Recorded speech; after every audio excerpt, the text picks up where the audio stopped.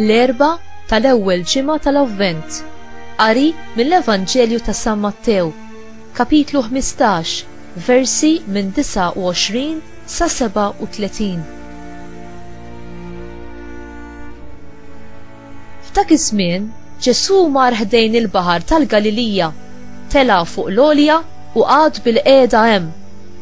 U bdew resqin lejh ġemad kbar ta' nies li kellhom magħhom zopob, omja, immankati, imbikmin u ħafna oħrajn. Qegħdu f'riġlejh u hu fejjaqhom. Hekk li n-nies kollha baqgħu mistaġba meta raw l-imbikmin jitkellmu, l-immankati qawwijin u sħaħ, it-zopob jimxu u l-omja jaraw, u bdew jagħtu glorja lill-Alla ta' Iżrael.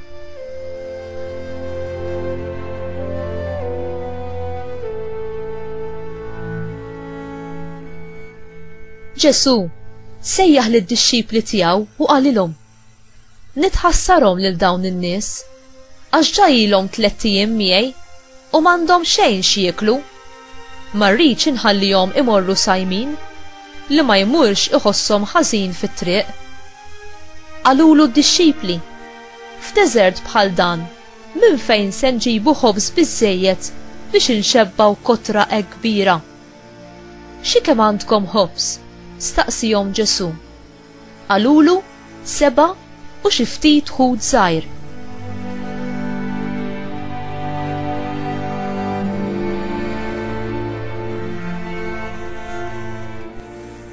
Imbagħad qal lin-nies kollha jinxteħtu bil-qiegħda fl-art. Ħas 7 ħobżiet u l-ħut, ratt il-ħajr, qasamhom u tom lid-dixxipli u d-dixxipli newluhom lin-nies. U kulħadd kiel u xaba u ġabru l-bxejjeġ li fadal 7 tiqfief mimlija.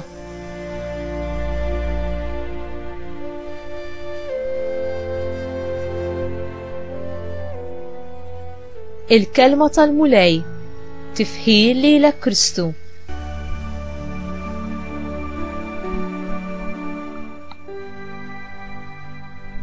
Hemm xi ħaġa f'din id-dinja li verament tista' taqtanna l-ġuħ u l-għaġġ profond li aħna nesperjenzaw.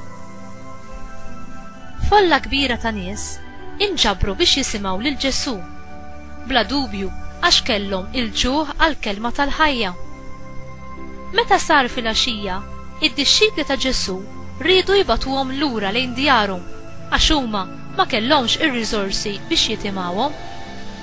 Huma kkummentaw ukoll li kieku kellhom jonfqu l-flus biex jixtru x'jieklu lil dik il-folla kbira, kienu jridu jonfqu tal-anqas paga ta' 6 xhur.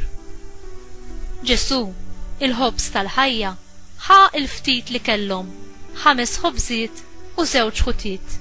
U wara r-rat ħaj lil missieru tas-sema, qasmu lil kulħadd sakemm kielu u xebaw. Il-mulej dejjem hekk jimxi magħna. Ikun ridna natuh il-ftit tagħna bil-fidi u l-fiduċja fih li hu kapaċi jimmultiplikah għal ġid tal-oħrajn.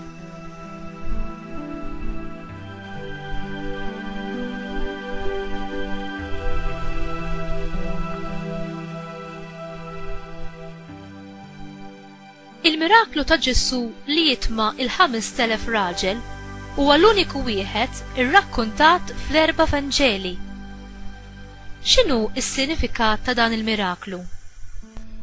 Dan il-miraklu fakkar lil poplu fil-providenza ta' Alla meta temaħħom fid-deżert, meta kienu taħt it-tmexxija ta' Mosè. Dawn meta qabadhom il-ġuħ, Alla batilhom il-manna x'jieklu.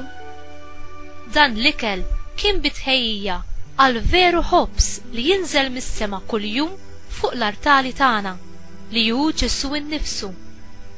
Hu l-uniku li jissodisfa il-ġuħ spiritwali tagħna u min jiekol minn dan ma jmut qatt imma jgħix b'Ġesu għall-eternità. Inti tersaq lejn Ġesu biex tagħtih il-ftit tiegħek fiduċja li hu bih se jibdel il-ħajja tiegħek u tal-oħrajn. Ġesu, il-ħobż ħaj li jinżel kuljum f'kull qudiesa li titqaddes.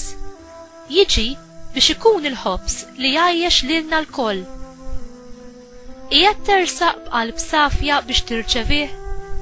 Jew tħallih jistenna waħdu fit-tabernaklu tal-knejjes tagħna?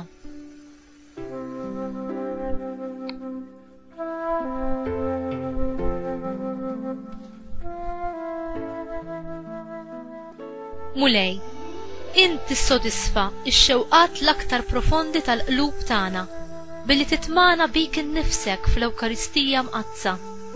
Imlini bil-gratitudni u għatini qalb ġeneruża biex nagħmel ħin għalik biex nipprepara bil-qrar u niġi nintaqa' miegħek fil-quddiesa u tqarbina anki dik ta' kuljum. Għamel li nkun ukoll ta' xhieda għal ta' madwari biex huma wkoll jiġu jduqu mill-benna li int biss taf tagħti, il-benna tiegħek innifsek. Amen.